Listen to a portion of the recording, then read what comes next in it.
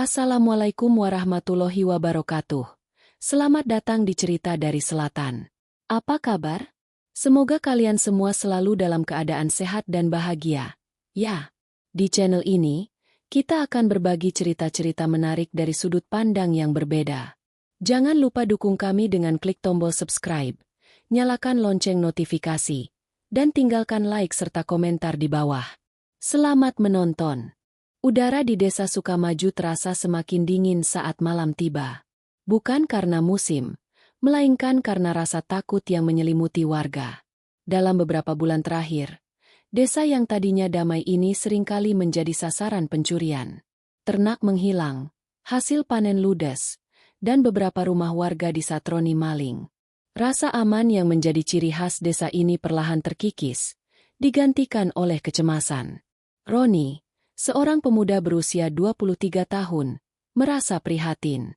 Sebagai ketua Karang Taruna, ia merasa bertanggung jawab atas keamanan desa. Kita tidak bisa terus begini, kawan-kawan, katanya dalam sebuah pertemuan pemuda di balai desa. Budi dan Jono, dua sahabat karibnya, mengangguk setuju. Budi, yang dikenal paling rasional di antara mereka, mengusulkan, kita harus bangun pos ronda. Ini satu-satunya cara untuk mengendalikan situasi. Usulan itu disambut baik oleh semua yang hadir. Semangat gotong royong membara di antara para pemuda. Pertanyaan selanjutnya adalah, di mana mereka akan membangun pos ronda itu? Setelah berdiskusi panjang, Roni mengusulkan sebuah lokasi yang menurutnya paling strategis. Bagaimana kalau di tanah kosong di ujung desa? Tempatnya luas, dan langsung menghadap jalan utama. Maling pasti lewat situ, katanya sambil menunjuk ke peta desa yang ia gambar di papan tulis. Beberapa pemuda mengerutkan dahi. Tapi, Roni, bukannya tempat itu bekas kuburan tua, ya? Tanya seorang pemuda. Roni tertawa. Ah, itu cuma mitos.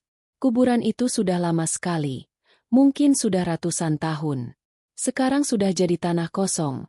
Tidak ada yang berani mendekat karena dianggap angker. Padahal, justru itu yang kita butuhkan. Tidak ada yang akan curiga kita bangun pos ronda di sana. Meskipun beberapa pemuda merasa ragu, Roni berhasil meyakinkan mereka. Ia berargumen bahwa mereka harus lebih modern dan tidak terlalu memikirkan tahayul. Roni juga mengatakan bahwa dengan membangun pos ronda di tempat itu, mereka akan membuktikan kepada seluruh warga bahwa tempat itu tidak angker. Keesokan harinya, mereka mulai bekerja. Mereka membawa peralatan, kayu, dan bambu. Mereka bekerja dengan semangat, bertekad untuk membuat pos ronda yang kokoh dan nyaman. Roni merasa puas. Ia merasa bangga bisa memimpin teman-temannya dalam proyek ini. Ia tidak tahu bahwa ia baru saja membuat sebuah kesalahan besar yang akan mengubah hidupnya selamanya. Hari-hari berikutnya, pembangunan pos ronda berjalan lancar. Para pemuda bekerja keras, siang dan malam.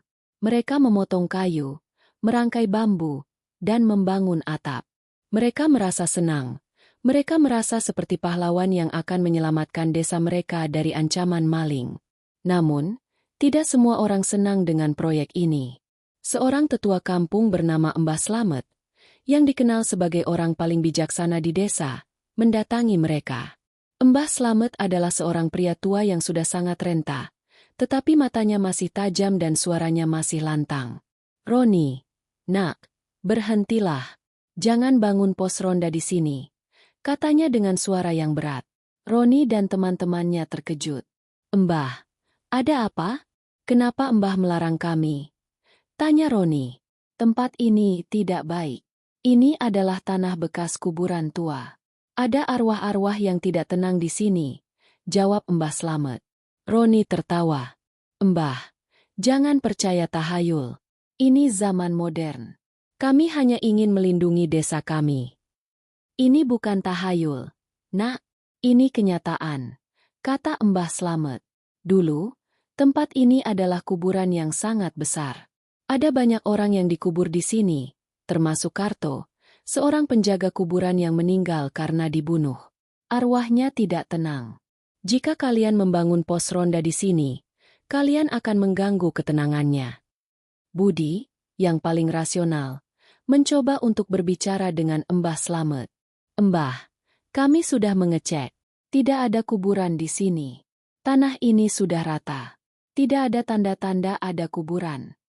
Mbah Slamet menggelengkan kepalanya.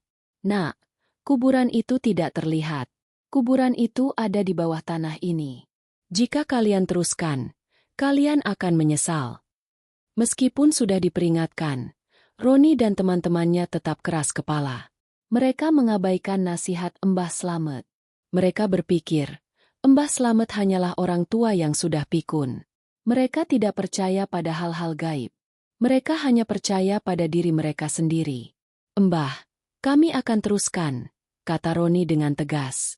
"Kami akan buktikan bahwa tempat ini tidak angker. Kami akan buktikan bahwa kami bisa melindungi desa kami." Mbah Slamet menghela napas panjang. Ia menggelengkan kepalanya, lalu pergi. Roni dan teman-temannya kembali bekerja, tetapi mereka merasa ada yang aneh. Mereka merasa ada yang mengawasi mereka. Mereka merasa bulu kuduk mereka merinding. Mereka mencoba untuk mengabaikan perasaan itu, tetapi perasaan itu terus-menerus mengganggu mereka. Akhirnya, pos ronda itu selesai dibangun. Pos ronda itu tampak kokoh dan nyaman. Para pemuda merasa bangga. Mereka merasa seperti pahlawan. Mereka tidak tahu bahwa mereka baru saja membuat sebuah kesalahan besar yang akan mengubah hidup mereka selamanya. Mereka tidak tahu bahwa mereka baru saja membangun sebuah pos ronda di atas kuburan yang memiliki arwah yang tidak tenang. Dan mereka tidak tahu bahwa arwah itu akan ikut ronda dengan mereka. Malam itu, dinginnya udara terasa menusuk tulang. Langit gelap tanpa bulan, hanya bertabur bintang yang redup. Pos ronda yang baru dibangun tampak kokoh, diterangi oleh lampu teplok yang berkedip-kedip. Roni, Budi, dan Jono duduk di dalam, ditemani secangkir kopi hangat. Mereka merasa puas dengan hasil kerja mereka. Pos ronda itu terlihat sempurna. "Akhirnya selesai juga," kata Roni sambil menyeruput kopinya. "Malam ini kita mulai ronda. 3 jam sekali kita keliling desa." Budi mengangguk. "Aku harap tidak ada apa-apa malam ini. Aku ingin buktikan pada Mbah Slamet kalau tempat ini aman." "Pasti aman, Budi. Mbah Slamet itu sudah tua, pasti banyak halu," sahut Jono, lalu ia tertawa. Mereka mulai ronda pertama.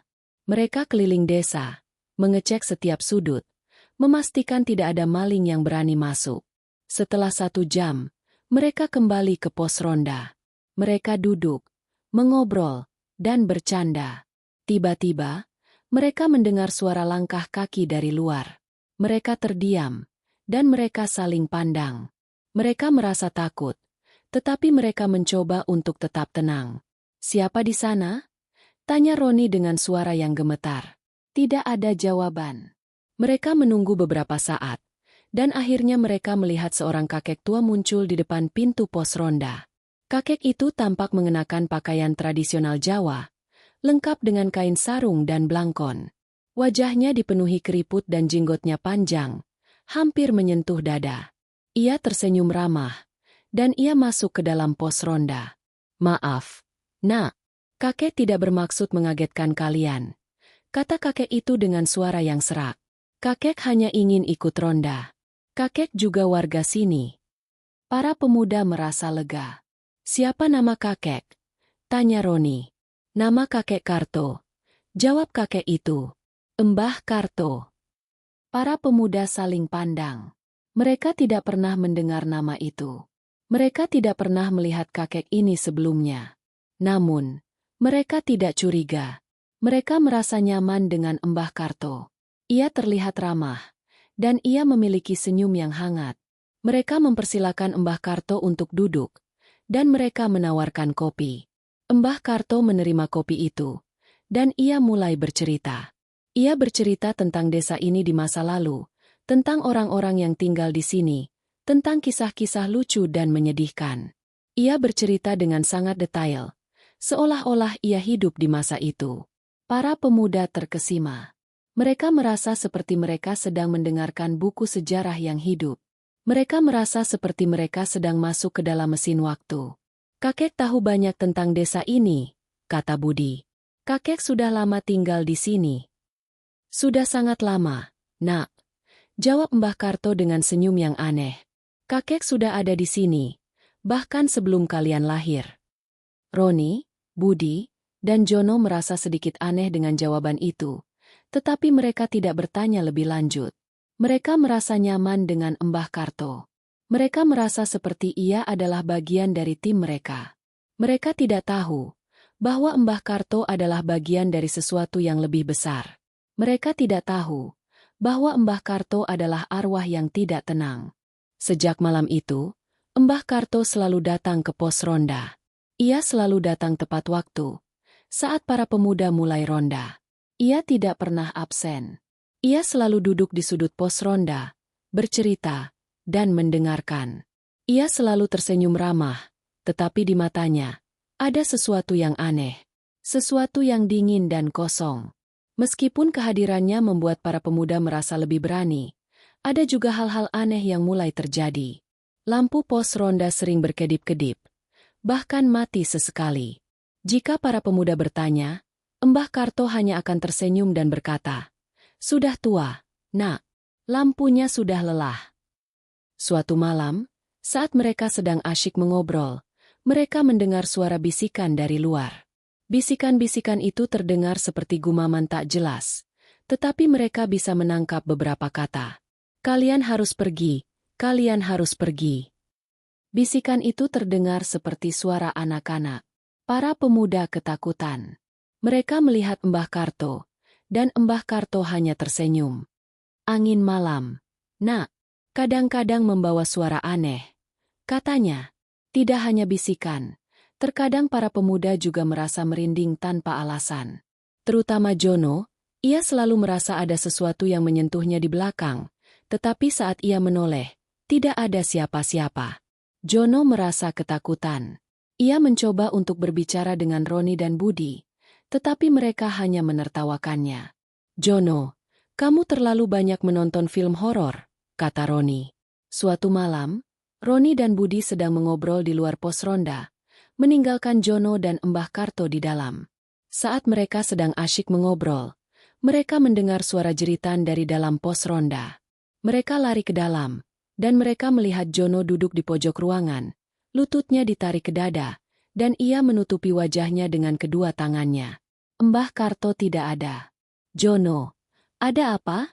Mana Mbah Karto?" tanya Roni dengan suara yang panik. Jono tidak menjawab. Ia hanya gemetar. Roni dan Budi mencoba untuk menenangkannya.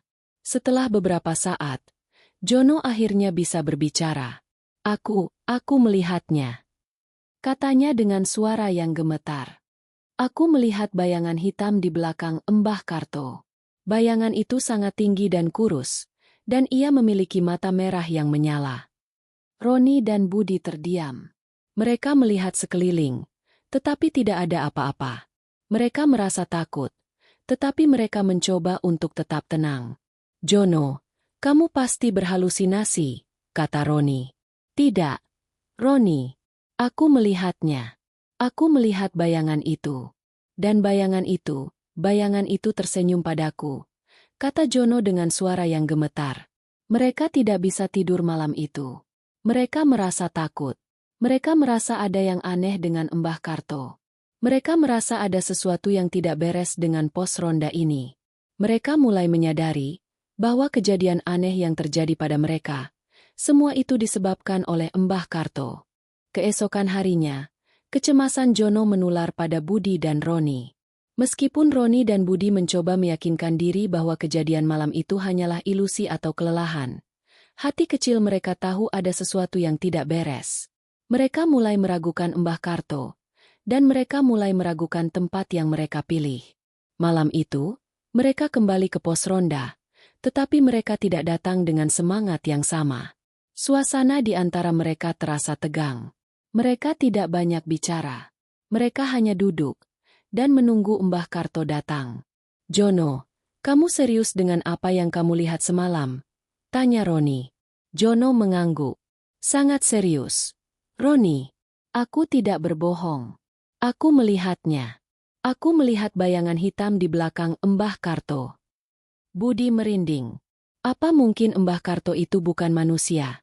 Tanyanya. Roni menggelengkan kepalanya. Jangan berpikir yang aneh-aneh. Kita harus berpikir logis. Tiba-tiba, Mbah Karto datang. Ia tersenyum ramah, dan ia masuk ke dalam pos ronda. Malam, nak, katanya. Kenapa wajah kalian pucat? Apa kalian sakit? Para pemuda tidak menjawab. Mereka hanya menatap Mbah Karto dengan tatapan curiga. Mbah Karto melihat cincin di jari manis Roni, dan ia tersenyum. Cincinmu bagus, nak, sangat cocok denganmu. Roni terkejut. Mbah, bagaimana Mbah tahu cincin ini? Tanyanya. Mbah Karto tidak menjawab. Ia hanya tertawa pelan. Tawa itu terdengar aneh, seperti suara gema yang berlipat ganda. Jono, yang masih merasa takut, memutuskan untuk melakukan sesuatu. Ia mengambil ponselnya, dan ia mencoba untuk memotret Mbah Karto. Mbah, bisa foto bareng? Tanya Jono. Mbah Karto mengangguk, dan ia tersenyum. Boleh, nak. Jono memotret mereka, dan ia melihat hasilnya. Ia terkejut. Ia melihat Roni dan Budi, tetapi Mbah Karto tidak ada.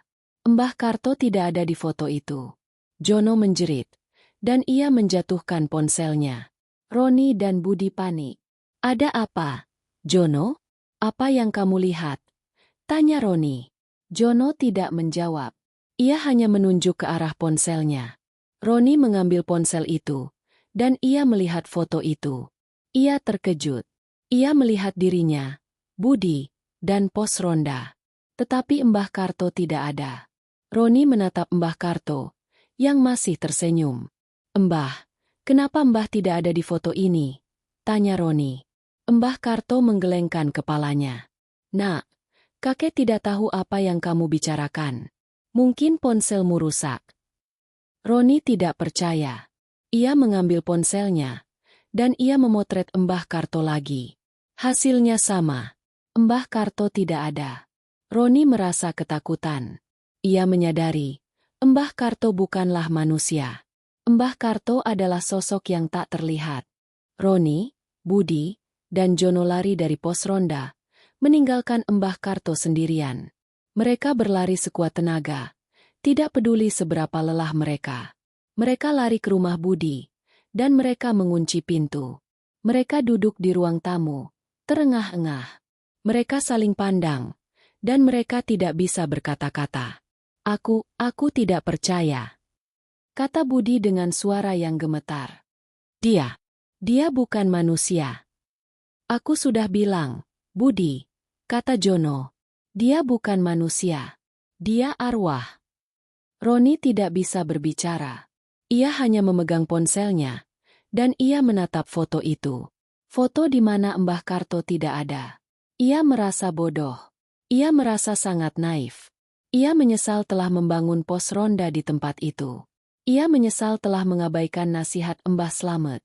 Keesokan harinya, mereka memutuskan untuk mencari tahu siapa sebenarnya Mbah Karto. Mereka mendatangi Pak RT, yang dikenal sebagai orang paling tahu tentang sejarah desa. Mereka menceritakan semua kejadian yang mereka alami, dan mereka menanyakan tentang Mbah Karto. Pak RT mengerutkan dahi. Mbah Karto? Siapa itu? Aku tidak pernah mendengar nama itu. Aku sudah tinggal di desa ini sejak aku lahir, dan aku tidak pernah melihat orang bernama Mbah Karto.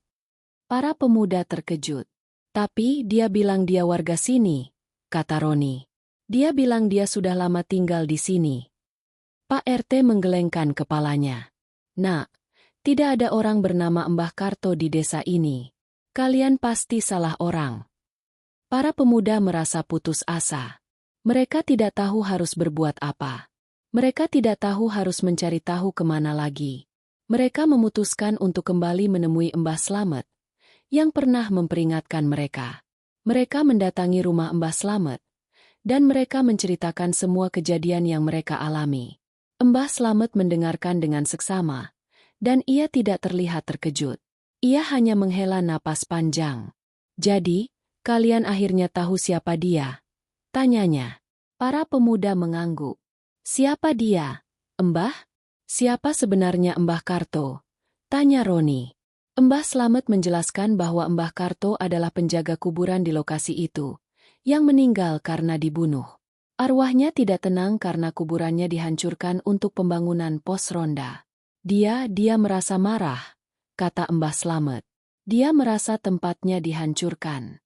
Dia ingin kalian pergi. Dia ingin kalian membongkar pos ronda itu.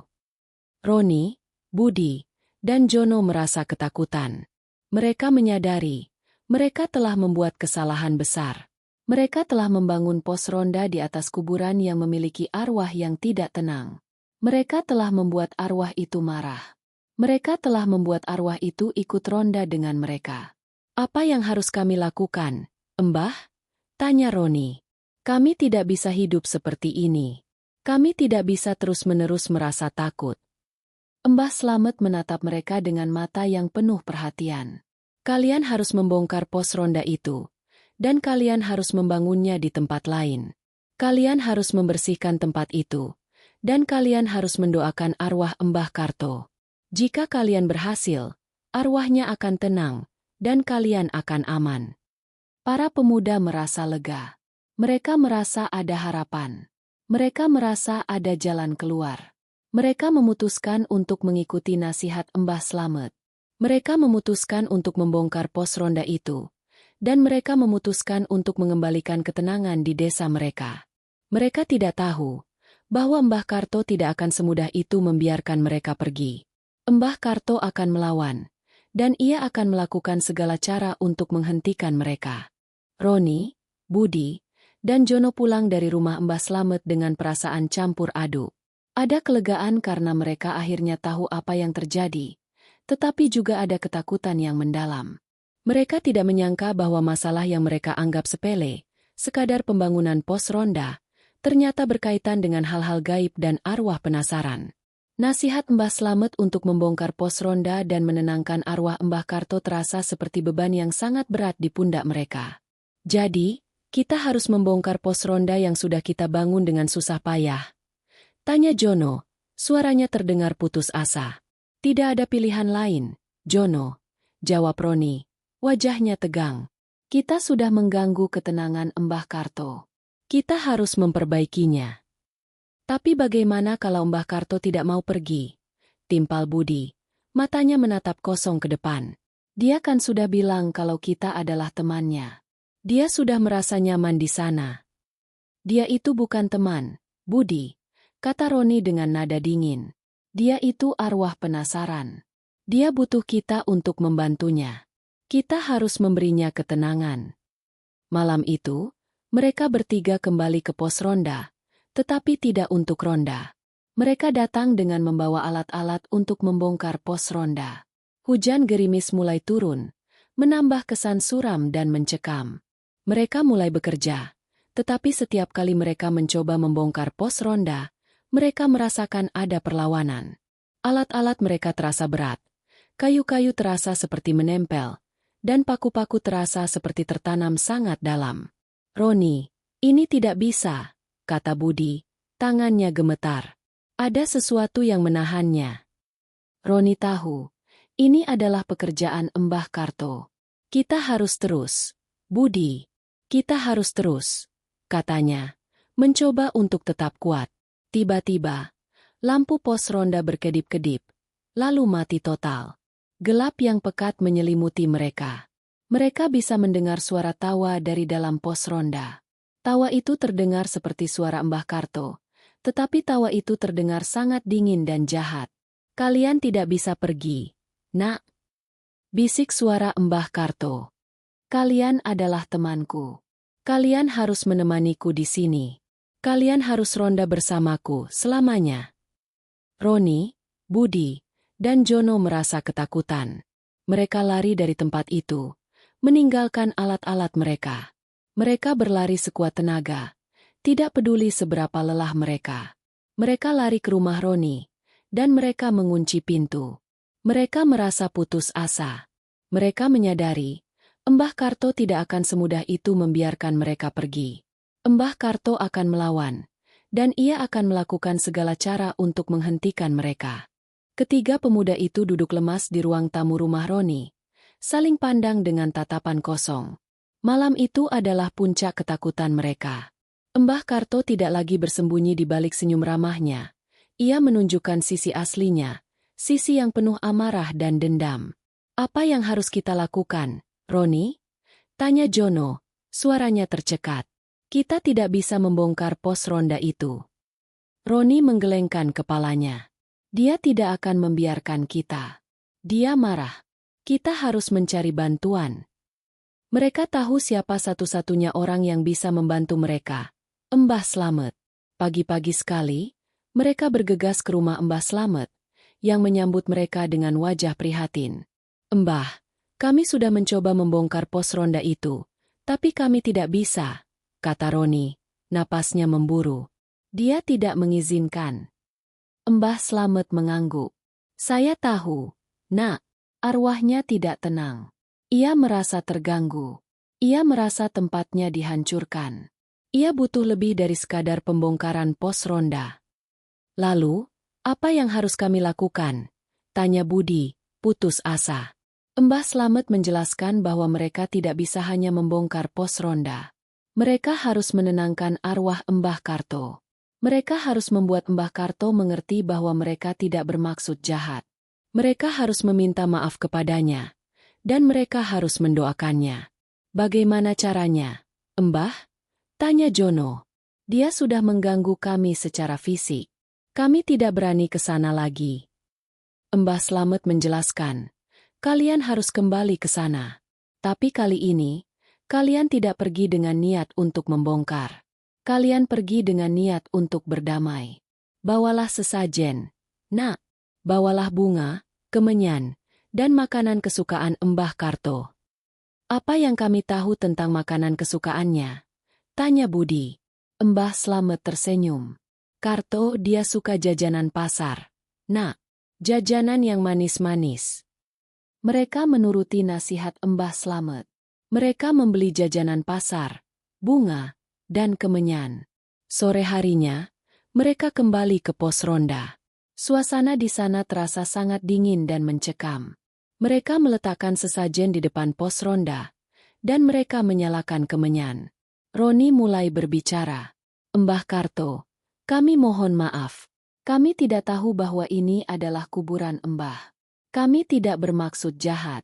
Kami hanya ingin melindungi desa kami. Kami mohon, biarkan kami membongkar pos ronda ini, dan kami akan membangunnya di tempat lain. Kami berjanji akan selalu mendoakan Mbah." Tiba-tiba, angin bertiup kencang. Lampu pos ronda berkedip-kedip, dan mereka mendengar suara tawa. Tawa itu terdengar seperti suara Mbah Karto, tetapi tawa itu terdengar sangat dingin dan jahat. Tawa itu membuat bulu kuduk mereka merinding. Mereka merasa sangat takut. "Kalian tidak bisa pergi," bisik suara Mbah Karto. "Kalian sudah berjanji. Kalian sudah menjadi temanku." Sosok Mbah Karto muncul di depan mereka. Ia tidak lagi tersenyum ramah. Wajahnya dipenuhi amarah. Matanya merah menyala. "Kalian menghancurkan rumahku," katanya. "Kalian menghancurkan tempat tinggalku. Kalian harus membayarnya." Mbah Karto mulai mengganggu mereka secara terang-terangan. Ia melemparkan batu-batu kecil ke arah mereka. Ia membuat suara-suara aneh. Dan ia mencoba untuk merasuki mereka. Roni, Budi, dan Jono panik. Mereka lari dari tempat itu. Dan mereka kembali ke rumah Mbah Slamet. Mereka tahu, mereka tidak bisa menghadapi Mbah Karto sendirian. Mereka tahu, mereka butuh bantuan dari Mbah Slamet. Mereka butuh misi penyelamatan yang lebih besar. Malam itu, setelah berhasil melarikan diri dari pos ronda, ketiga pemuda itu kembali ke rumah Mbah Slamet dalam keadaan yang sangat panik. Napas mereka memburu, tubuh mereka gemetar, dan wajah mereka pucat pasi. Mereka tidak pernah membayangkan bahwa Mbah Karto bisa seganas itu. Ia tidak lagi hanya sekadar mengganggu. Ia menunjukkan kekuatannya yang mengerikan. "Mbah, kami tidak bisa. Kami tidak bisa menghadapinya," kata Roni. Suaranya tercekat. Mbah Slamet menatap mereka dengan tatapan yang penuh pengertian. Saya tahu, nak, arwah yang marah sulit untuk dihadapi. Tapi kalian tidak bisa menyerah.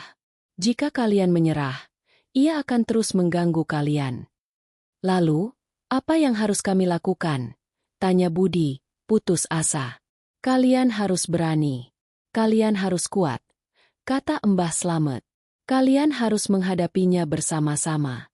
Dan saya akan membantu kalian. Mbah Slamet menjelaskan bahwa mereka tidak bisa melawan Mbah Karto dengan kekuatan fisik. Mereka harus melawannya dengan kekuatan spiritual. Mereka harus kembali ke pos ronda, tetapi kali ini, mereka tidak sendirian. Mereka akan ditemani oleh Mbah Slamet. Mbah, apa tidak berbahaya? Tanya Jono, suaranya bergetar. Mbah Slamet tersenyum. Tidak ada yang perlu ditakutkan. Nak, kita akan melawannya dengan doa. Mereka kembali ke pos ronda. Malam itu, dinginnya udara terasa menusuk tulang, dan kabut tebal menyelimuti mereka. Pos ronda tampak suram dan menakutkan. Mereka bisa merasakan kehadiran Mbah Karto. Kehadiran itu terasa sangat dingin dan mencekam. Mbah Slamet mulai merapalkan doa-doa. Suara doanya terdengar sangat lantang, dan ia terdengar sangat tenang. Ia tampak tidak takut sama sekali. Roni, Budi, dan Jono berdiri di belakangnya, merasa sedikit tenang karena kehadiran Mbah Slamet. Tiba-tiba, suara tawa terdengar dari dalam pos ronda. Tawa itu terdengar seperti suara Mbah Karto, tetapi tawa itu terdengar sangat dingin dan jahat. Tawa itu membuat bulu kuduk mereka merinding. Kalian kembali, kalian tidak takut. Bisik suara Mbah Karto. Kalian tidak bisa melawan. Kalian tidak bisa mengusirku dari sini. Ini adalah rumahku. Mbah Slamet tidak menjawab. Ia terus merapalkan doa-doa. Tiba-tiba, lampu pos ronda berkedip-kedip, lalu mati total. Gelap yang pekat menyelimuti mereka. Mereka bisa mendengar suara bisikan dari segala arah. Bisikan-bisikan itu terdengar seperti suara Mbah Karto, dan bisikan-bisikan itu terdengar sangat dekat. Pergi, tinggalkan tempat ini sebelum aku marah. Bisik suara Mbah Karto. Mbah Slamet tidak peduli. Ia terus merapalkan doa-doa, dan ia mulai berjalan ke arah pos ronda. Roni, Budi, dan Jono mengikutinya. Mereka berjalan perlahan. Langkah mereka terasa sangat berat. Mereka merasa seperti mereka sedang berjalan di dalam air. Tiba-tiba, mereka melihat sosok Mbah Karto muncul di depan mereka. Ia tidak lagi tersenyum ramah. Wajahnya dipenuhi amarah. Matanya merah menyala. Ia menatap mereka dengan tatapan yang penuh kebencian. Kalian ingin mengusirku? Kalian ingin menghancurkan rumahku? Aku tidak akan mengizinkannya. Katanya, suaranya terdengar seperti raungan. Mbah Karto mulai mengganggu mereka secara terang-terangan. Ia melemparkan batu-batu kecil ke arah mereka. Ia membuat suara-suara aneh, dan ia mencoba untuk merasuki mereka. Roni, Budi, dan Jono panik. Mereka ingin lari, tetapi Mbah Slamet menahan mereka. Jangan takut, nak, jangan lari. Kalian harus berani. Kalian harus kuat, kata Mbah Slamet. Mbah Slamet mulai merapalkan mantra-mantra. Mantra-mantra itu terdengar seperti bahasa yang aneh, tetapi mantra-mantra itu memiliki kekuatan yang sangat besar. Sosok Mbah Karto mulai melemah.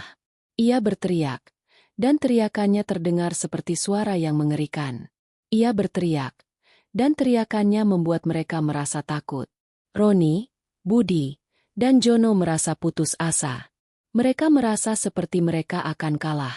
Mereka merasa seperti mereka tidak akan bisa mengusir Mbah Karto. Mereka merasa seperti mereka akan terperangkap selamanya. Pertarungan antara Mbah Slamet dan arwah Mbah Karto berlangsung sengit. Mbah Slamet terus merapalkan mantra-mantra dan doa-doa, sementara Mbah Karto terus berusaha melawan. Ia melemparkan batu-batu, ia membuat suara-suara aneh, dan ia mencoba untuk merasuki para pemuda. Namun, Mbah Slamet tidak menyerah. Ia terus berjuang. Akhirnya, Mbah Slamet berhasil. Ia merapalkan mantra terakhir, dan mantra itu terdengar sangat kuat. Mantra itu terdengar seperti suara yang memecahkan keheningan. Sosok Mbah Karto berteriak, dan ia menghilang. Pos ronda terasa hening. Hening yang sangat menakutkan. Hening yang sangat dingin. Hening yang sangat mencekam. Para pemuda merasa lega, tetapi mereka juga merasa takut. Mereka tidak tahu apa yang akan terjadi selanjutnya. Kita berhasil, nak, kata Mbah Slamet. Napasnya memburu. Kita berhasil mengusirnya.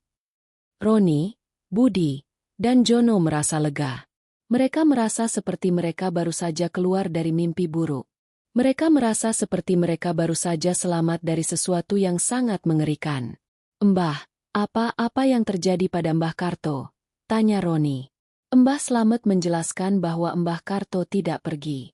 Ia hanya tenang. Ia hanya beristirahat. Ia hanya tidak akan mengganggu mereka lagi. Namun, Mbah Slamet juga mengatakan bahwa mereka harus melakukan sesuatu untuk Mbah Karto.